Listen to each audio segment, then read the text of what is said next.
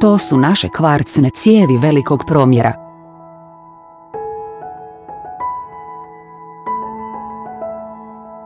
Na zalihi imamo tisuće velikih kvarcnih cijevi.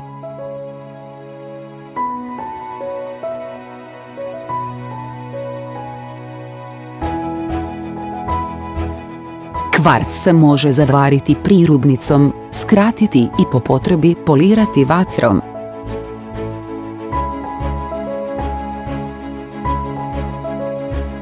Evo rezanja kvarcne cijevi.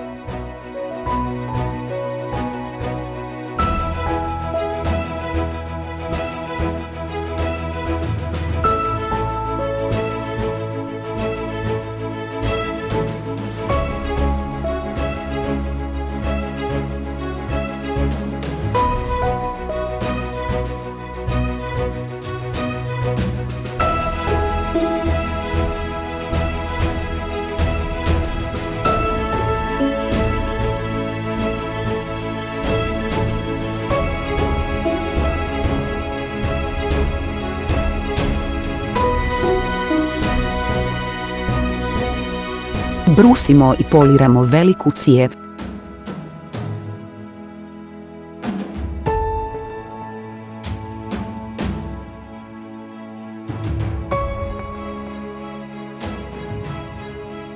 Dobrodošli na vaš upit.